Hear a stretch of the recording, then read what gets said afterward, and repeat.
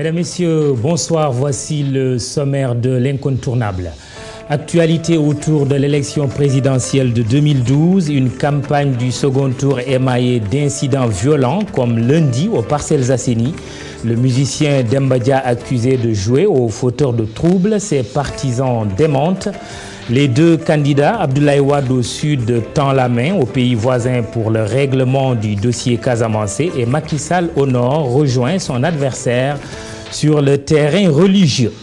Football, succession d'Amara Traoré au poste de sélectionneur des Lions. La fédération sénégalaise procède mercredi à la présélection des prétendants. 54 dossiers de candidature sont sur la table. Un ancien policier radié, 56 ans d'âge, et le Sénégalais lambda face à notre caméra ce soir. Sa devise, le proverbe chinois, il attend du prochain président du Sénégal qu'il lui apprenne à pêcher plutôt que de lui offrir du poisson chaque jour. Pour le moment, Moussa Mbeng est bouquiniste pour assurer son riz au poisson. Le célèbre Thiebou Dione, justement, a tendance à coûter plus cher dans les gargotes, ces fameux restos populaires ayant pignon sur rue à Dakar. La hausse sur le marché du prix de la denrée explique cette répercussion, parole de gargotière.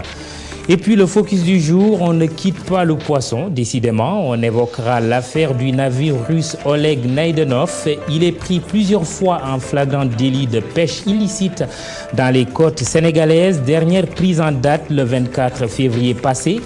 Notre invité pour parler des navires pirates, Pape Gora Ndiaye, il est le secrétaire exécutif du réseau sur les politiques de pêche en Afrique de l'Ouest, REPAO. Bienvenue.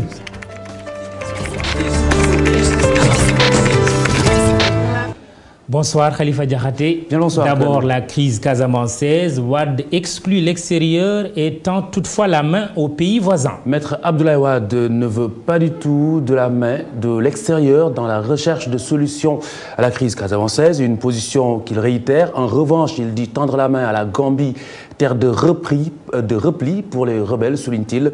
Le candidat des FAL 2012 a tenu une rencontre, un meeting lundi à Ziguinchor. Ses propos sont recueillis par Ibrahim Khan et El Hadj Khalil Ndiaye. Nous le savons. Mais c'est la raison pour laquelle nous devons être extrêmement prudents, régler cette question entre nous, Sénégal. Pendant longtemps, j'ai dit que je n'admettais aucune intervention extérieure dans cette affaire de la Casamance. Aucune.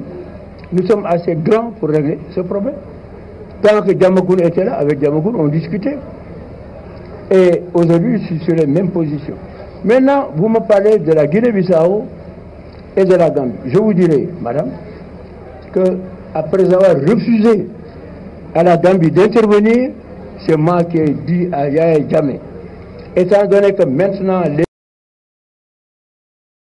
les choses avancent, mais que certains combattants passent la frontière pour aller en Gambie, je vous demande, je vous tends la main, je vous demande de travailler avec moi pour boucler la frontière déjà et pour discuter avec Salif Sadio. Salif Sadio, c'est le seul qui aujourd'hui se trouve dans des positions difficiles. Le candidat des FAL 2012 dans le sud, son challenger est dans le nord du pays. Le candidat du Rassemblement des forces du changement est à Saint-Louis. Le parcours et la teneur du discours de Macky Sall, ce sera avec Dissa Prera. Bonsoir. Bonsoir Khalifa. Alors Dissa, dites-nous tout. Voilà, nous sommes là en train de partir vers Saint-Louis, nous venons du Gandiol, la caravane de Benno Bokk Yakaar. Avant, c'était Louga. Ce matin, Macky Sall a rendu visite à Serigne Bassirou Mountaga Tall pour recueillir des prières de la famille religieuse. Une fois fini avec Bassirou Mountaga Tall, le cortège s'est ébranlé vers la communauté rurale de Fall. Comme on dit là, Khalifa, c'est que la communauté rurale est acquise à la cause de Macky Sall. En prenant le propos du marabout, il a dit mot à mot que nous allons soutenir Macky Sall à l'interne comme à l'externe, car nous avons le courage de prier et nous avons le courage et le droit de prier pour que la victoire, pour une victoire éclatante. Nous allons prier Dieu que vous, Macky Sall, soyez élu le soir du 25 mars prochain. Autre chose aussi qui est revenu sur le propos du marabout, c'est qu'il ils espèrent qu'une fois que Macky Sall sera élu, une fois que Macky Sall est élu, il y aura la même considération à l'égard de toutes les foyers religieuses du Sénégal. C'est la principale information que nous avons recueillie aujourd'hui dans le contexte de la caravane Benno Bokk Yakaar Khalifa Diakhaté. Merci Dissa Préra. Nous restons politiques avec les réalités d'une campagne électorale qui pose tant de questionnements à Hadi Attala. Et ce soir, l'équation lui vient du sud du pays, dans le camp du parti au pouvoir. Inch'Allah, je serai élu. Je formerai, comme je l'ai dit, un gouvernement d'union nationale. Non seulement nous formerons avec Baldé, parce que Baldé et moi c'est la même chose. Nous sommes les responsables de notre parti. Le candidat Abdoulaye Wade promet de travailler avec Abdoulaye Baldé dans le cadre d'un gouvernement élargi. Le secrétaire national du PDS va-t-il faire du ministre des Mines et de l'Industrie un premier ministre une fois réélu? Cherche-t-il à réparer une injustice subie par le maire de Ziguinchor? Il a été privé de parole lors du meeting des FAL 2012 dans sa localité. Malgré tout, il y a gagné au premier tour. Le premier magistrat de la capitale du Sud a fait savoir à qui veut l'entendre qu'il ne peut plus accepter d'être relégué au second plan, lui et sa base, dans la dotation des moyens de campagne et la représentativité dans le gouvernement. Maître Abdoulaye Wade voudrait-il signer la mort politique et administrative de son premier ministre après l'avoir désavoué directeur de campagne dans l'entre-deux tours? Les menaces, les contestations et rébellions, entre autres stratégies de chantage et de pression, paye-t-elle toujours au sein de la coalition des FAL 2012 et face à son candidat? Certains responsables en font une arme pour profiter des largesses ou espérer une quelconque réparation d'une injustice de la part de leur frère secrétaire national. 2 semaines nous séparent du deuxième tour de la présidentielle. Tous les moyens sont bons pour le rappel des troupes et l'adhésion de nouveaux électeurs. Les promesses, surtout celles électoralistes, n'engagent que ceux qui y croient. Hadi Attala, du sud, nous retournons au nord. Nous traversons cette fois-ci la frontière. La Mauritanie nous accueille, Khalifa. L'opposition réclame le départ du président Aziz. Absolument. Le COD qui s'accorde cette fois-ci avec le pavé. La coordination de l'opposition démocratique a manifesté à Nouakchott pour demander le départ du président. Ould Abdelaziz est accusé de mener le pays vers une impasse économique, entre autres. Maimouna Ndiaye. Environ 15 000 personnes ont participé à cette marche organisée à Nouakchott lundi par l'opposition. Après la réussite de cette démonstration de force, la COD réclame le départ du président Ould Abdelaziz au motif qu'il a mené la Mauritanie dans une impasse politique, économique et sociale. Le point de chute de cette marche, la mosquée Ibn Abbas, où les leaders de l'opposition se sont adressés aux milliers de manifestants. Le vice-président de l'UFP, Ould Bedrodine, estime que cette mobilisation constitue un référendum contre le pouvoir du président Ould Abdelaziz, dont il exige le départ immédiat et l'organisation d'élections anticipées. L'ancien président Elie Mohamed Val et des organisations de la société civile comme l'IHA ont pour la première fois participé à une manifestation de l'opposition. C'est le point final, Mamadou, de ce point sur l'actualité. Merci Khalifa, on se retrouve demain. Demain, Inch'Allah. La bataille des Parcelles Assainies, cette localité de la proche banlieue de Dakar, a été le théâtre lundi d'une bagarre avec usage de coups de feu et d'armes blanches entre les deux camps politiques opposés pour le second tour de l'élection présidentielle chez nous. Le chanteur Demba Dia, allié au candidat Abdoulaye Wade, est cité parmi les protagonistes. Cette bataille donne une indication sur l'enjeu électoral que constituent les Parcelles Assainies. Un retour sur le théâtre d'opération signé Ibou Diouf, image Adamagui. Les Parcelles Assainies dans la banlieue dakaroise, une zone à forte densité électorale. À quelques jours du deuxième tour de la présidentielle, le dernier assaut est lancé pour gagner plus de voix. Une situation qui parfois est à l'origine de heurts entre militants, comme la confrontation d'hier entre partisans de Demba Dia et ceux de Macky Sall. Moi, je me demande dans quel pays sommes-nous? Si vraiment, démocratiquement, on n'a pas le droit de faire un débat devant notre maison. Vraiment, je me demande qu'est-ce qui se passe. Il s'agissait bien d'un meeting. Un débat, on ne met pas une bâche, on n'installe pas des chaises, et puis un débat peut se tenir dans une maison. Mais ils étaient là, dans le coin. Au Parcelles, il y a beaucoup d'espace. Dans la presse du jour, Demba Dia, allié du président Abdoulaye Wade, aurait brandi une arme, un fait réfuté par ses partisans. Demba Dia, en question, il est venu à 2 mètres de ma maison et il a tiré des coups de feu. Vraiment, je me demande, qu'est-ce qui se passe? Il y a une femme qui l'a vu. Il a même pris par la main pour lui dire que ce que tu fais, c'est quoi? Il a dit, je m'en fous. Je l'ai fait exprès. Voilà. C'est ça, c'est ce qui s'est passé. La sécurité a tiré 2 feux de sommation pour dissuader les agresseurs. Mais certains parmi eux, malheureusement, se sont montrés plus ou moins téméraires et se sont frottés aux forces de sécurité.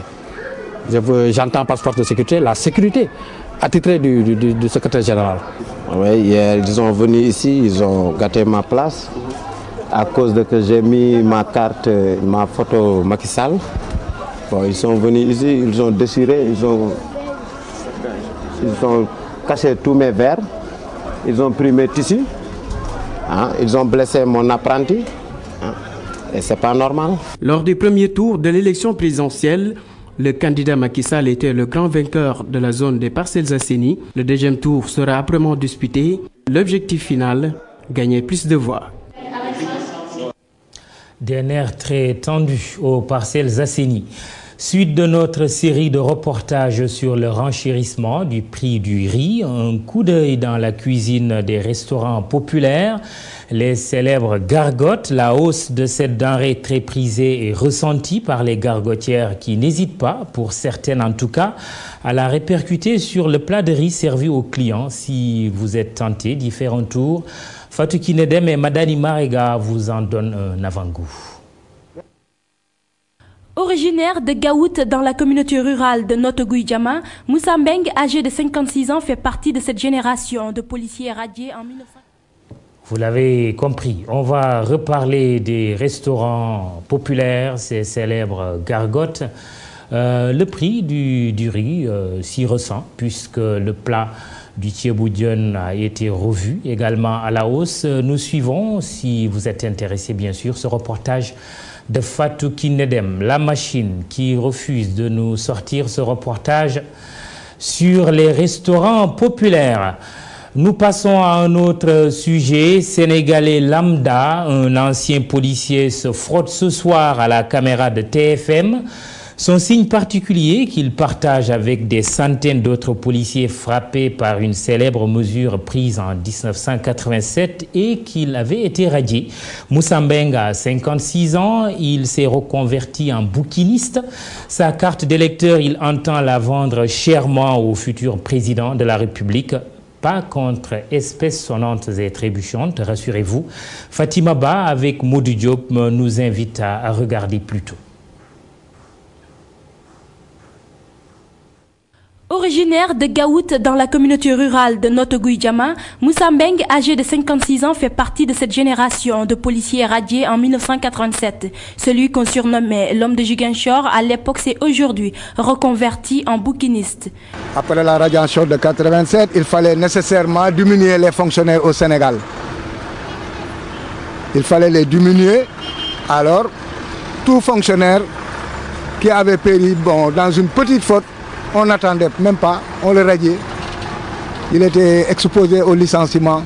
Selon ce bouquiniste, la vente du livre ne nourrit plus son homme et pour cause. Un livre ne pourrait pas être remplacé par un Internet ou bien des choses de ce genre. Quand on est distant du livre, on ne parle plus un bon français.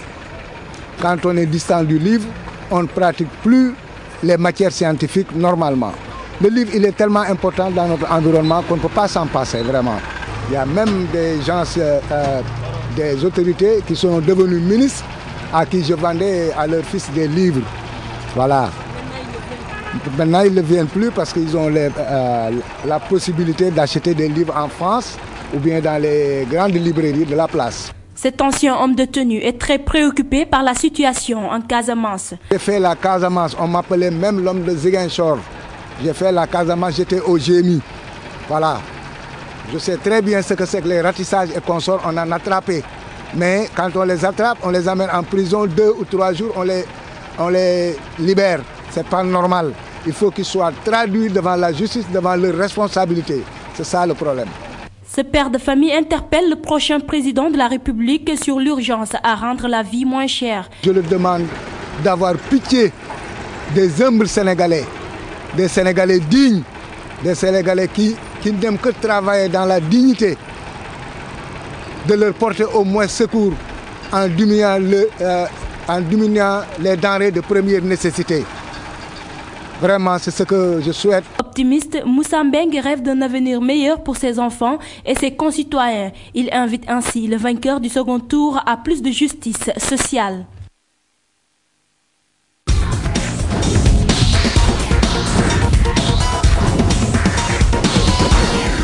Le sport avec Cheikh Tidiane Diao. Bonsoir, Cheikh. Bonsoir, Mamoudou. Présélection du futur coach des Lions, c'est du football. La fédération sénégalaise fait le premier tri ce mercredi. Ce comité va se réunir pour affiner le profil du successeur d'Amara Traoré à la tête de l'équipe nationale du Sénégal. Maître Augustin Senghor affirme que 54 dossiers de candidature sont reçus.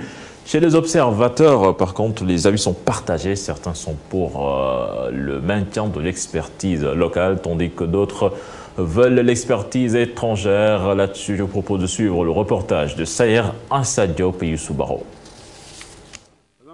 Après le limogeage d'Amara Traoré, la question sur sa succession à la tête de l'équipe nationale de football suscite des débats chez les spécialistes. Je pense que le profil de Hervé Renard, c'est quelqu'un qui a montré pendant la CAN que vraiment c'est un entraîneur qui maîtrise mieux le continent africain. Et je pense qu'il l'a prouvé avec l'équipe zambienne. Et vu son parcours exceptionnel, avec des joueurs locaux, composés d'un peu des joueurs professionnels, avec tout cet amalgame, il a réussi à faire de très bons résultats. Et ce titre, il ne l'a pas volé. C'est dû à un travail vraiment bien fait. C'est un entraîneur qui a beaucoup de caractère, beaucoup de personnalité. Il a su maîtriser son groupe. Il a montré sur le plan physique que les joueurs sont capables de rivaliser avec n'importe quelle équipe. Il a montré qu'il a beaucoup de facettes pour jouer cette CAN. Et toutes ces facettes ont été bien assimilées par ces joueurs. Si d'aucuns sont pour la piste étrangère, d'autres par contre prônent l'expertise locale. Si on va chercher ailleurs, pourquoi pas Lamine? C'est un Sénégalais, il fils sénégalais, c'est pas parce qu'Amara il a échoué. On peut prendre toujours un Sénégalais. Il ne faut pas que, par exemple, on barre la piste au Sénégal, on dit qu'ils ne sont pas bons. Mais Zawi, c'est un Ivoirien. Il est parvenu à hisser son équipe jusqu'en finale. Moi, je suis toujours pour les locaux. Qu'on prenne, par exemple, un Toubab. Ça ne me gêne pas, je ne suis pas raciste, comme on dit. Mais prendre aussi, il y a des gens qui sont ici, qui sont capables, aussi qu'on les aide. Il y a aussi ça, parce que des fois, on peut les prendre et les laisser à eux-mêmes. Par exemple, leur dire qu'on ne va pas te payer ceci parce que l'autre, il le mérite. Non, non, non. S'ils sont capables de payer, par exemple, un Touba, par exemple, de haut niveau, par exemple, 200 millions, 300 millions, pourquoi pas le local? On ne peut pas lui payer, par exemple, pour 12 millions, 11 millions. Il y a des gens qui disent qu'ils ne sont pas d'accord. Les gens disent que non, c'est un entraîneur de seconde zone ou bien... Non, non, non. S'il le mérite, on lui donne son salaire, parce que tout travail mérite salaire. Hein? Quoi qu'il en soit, le jeu est ouvert. Les éliminatoires de la CAN 2013 vont démarrer très prochainement et en attendant, l'intérim est assuré par Karim Séga Diouf et Aliou Cissé. Sayer Ansadiop, merci. Le ministre des Sports s'est prononcé sur la question ce matin. Selon Abdoulaye Makhtar Diop, l'échec d'Amara Traoré ne doit pas pousser le Sénégal à tourner le dos à l'expertise locale. Fin de saison pour Kader Mangane. Le défenseur des Lions du Sénégal, en délicatesse avec sa cheville, a décidé de subir une opération qui devrait l'éloigner des terrains pour une période de 6 mois. Prompt rétablissement à Kader Mangane. 8e de finale, retour de la Ligue européenne des champions. L'OM à Milan pour l'exploit. Les coéquipiers de Souleymane Diawara restent sur 4 défaites consécutives en championnat. À l'aller, les hommes de Didier Deschamps l'avaient emporté sur le score d'1-0. Une réalisation d'André Ayew.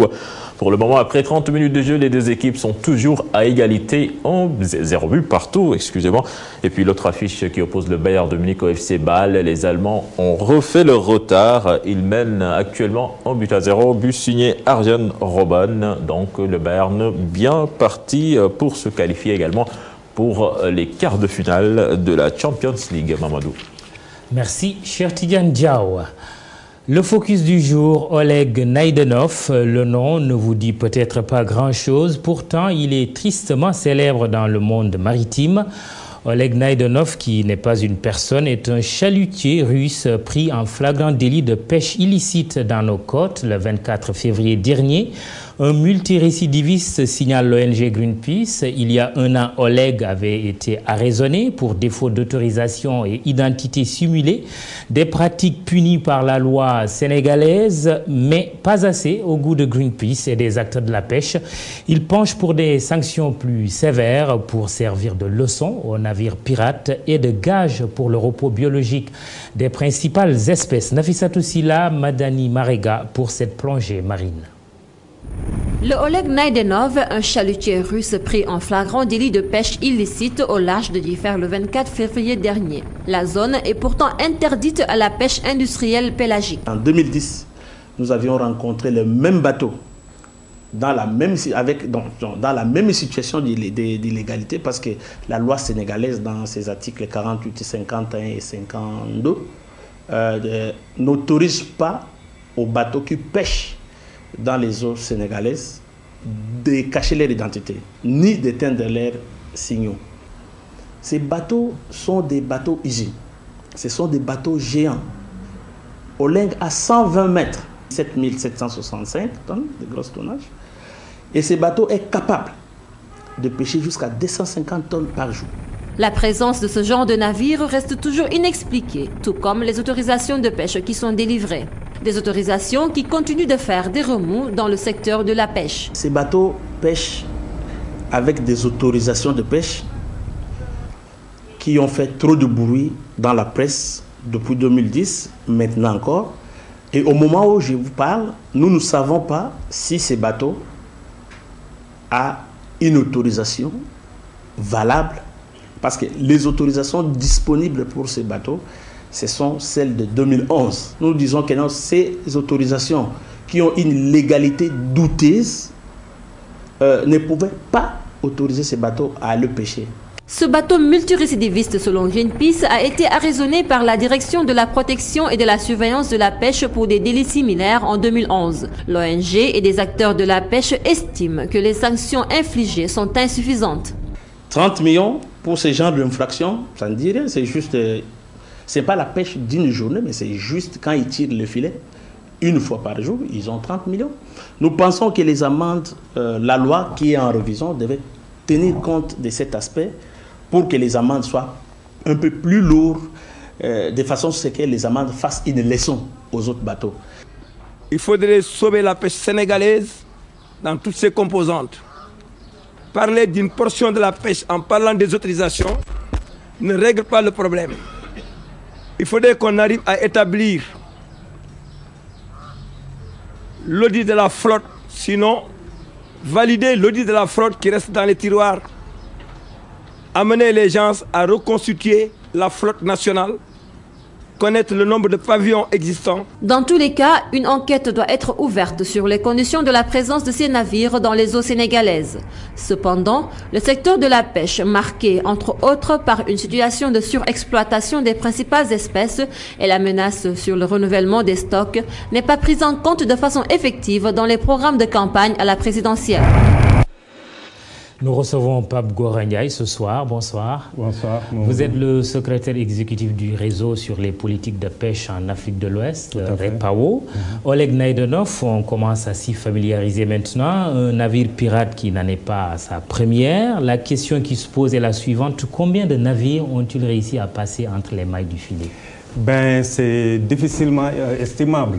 Mais nous savons que par rapport à ces accords donc avec les bateaux des Russes ou Ukrainiens, c'est autour de 45 navires qui sont là, qui bénéficient de l'autorisation du ministre, c'est-à-dire du pouvoir discrétionnaire du ministre, sans pour autant que cela passe par la commission des licences de pêche.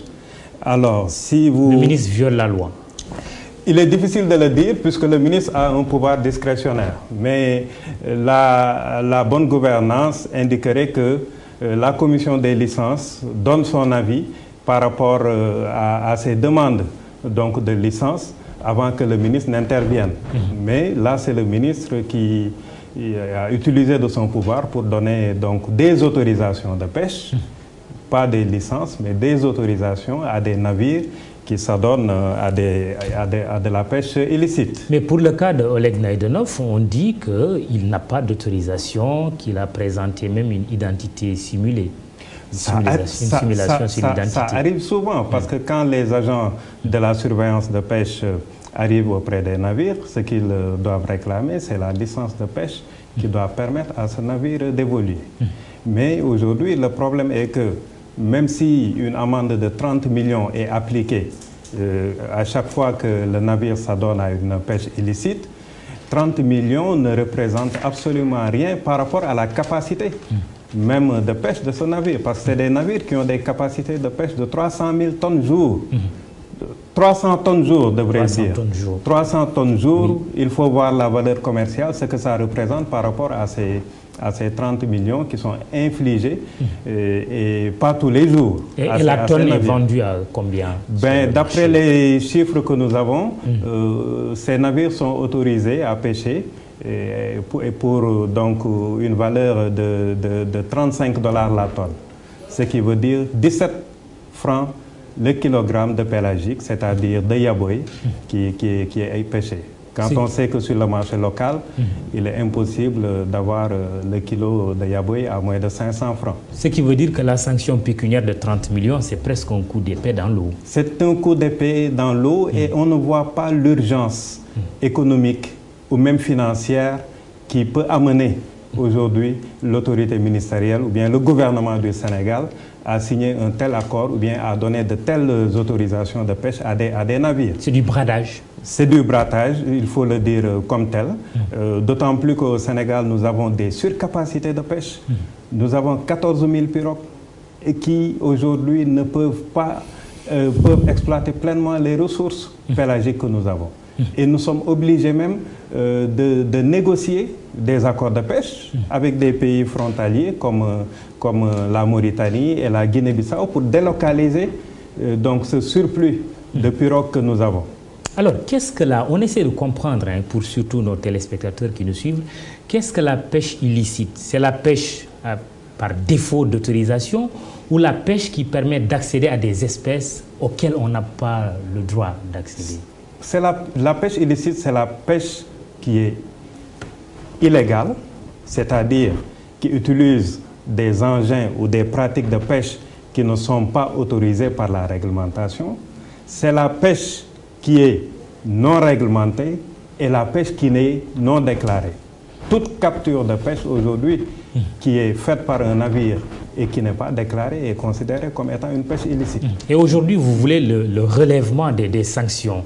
Vous proposez quoi? Le relèvement des sanctions, mais ce que nous souhaitons, surtout dans le cadre de nos actions au sein du REPAO, c'est de redéfinir même la gouvernance des secteurs halieutiques en Afrique de l'Ouest. Et faire de telle sorte que les politiques qui sont mises en œuvre au Sénégal, en Mauritanie et en Guinée-Bissau soient des politiques concertées. Une politique commune? Concertée, mais cohérente. Je préfère une politique cohérente plutôt qu'une politique commune, puisque une politique cohérente pourrait respecter, chaque État pourrait définir sa politique de pêche en respectant certaines directives qui permettraient d'assurer la durabilité donc, de la gestion du secteur de la pêche, en tenant compte de tous les enjeux d'accès au marché. Nous avons besoin de vendre le poisson à l'extérieur, mais nous avons besoin aussi de faciliter l'accès des consommateurs sénégalais et ouest-africains à ce poisson. Donc c'est nécessaire de réfléchir sur la gouvernance des politiques et de faire de telle sorte que cette gouvernance soit véritablement participative. Les acteurs ont leur mot à dire. Est-ce que les discussions sont engagées déjà? Je ne pourrais pas le dire parce que quand le ministre prend use ou bien abuse même de son pouvoir discrétionnaire sans l'avis des acteurs, sans l'avis des scientifiques, sans l'avis de la société civile, on ne peut pas dire qu'il existe véritablement de discussion. Et évidemment, nous appelons à ce qu'il y ait des cadres de concertation et de dialogue qui permettraient à l'ensemble des parties prenantes de se retrouver, non seulement pour diagnostiquer les problèmes des secteurs halieutiques, mais pour définir les politiques vraiment adéquates à mettre en œuvre. Et il ne s'agit pas de mettre en place des politiques consensuelles, mais des politiques qui permettraient au moins de concilier certains objectifs. La gestion durable de la ressource, l'augmentation des recettes financières qui sont tirées des contreparties des accords de pêche ou bien des recettes d'exportation, et aussi la sécurité alimentaire qui est très importante. Donc c'est le vœu que nous lançons et nous espérons, comme on l'a vu à la fin de votre reportage, que les candidats à l'élection présidentielle pourraient engager ces discussions avec les acteurs pour définir des politiques cohérentes et durables dans les secteurs halieutiques au Sénégal.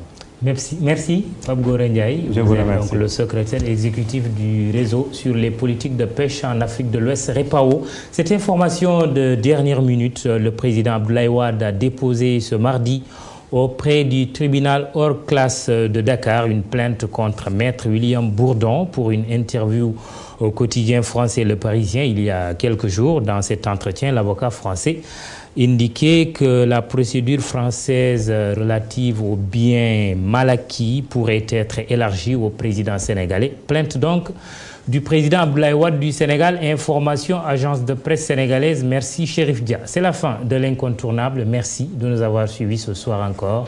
Rendez-vous demain, Inch'Allah.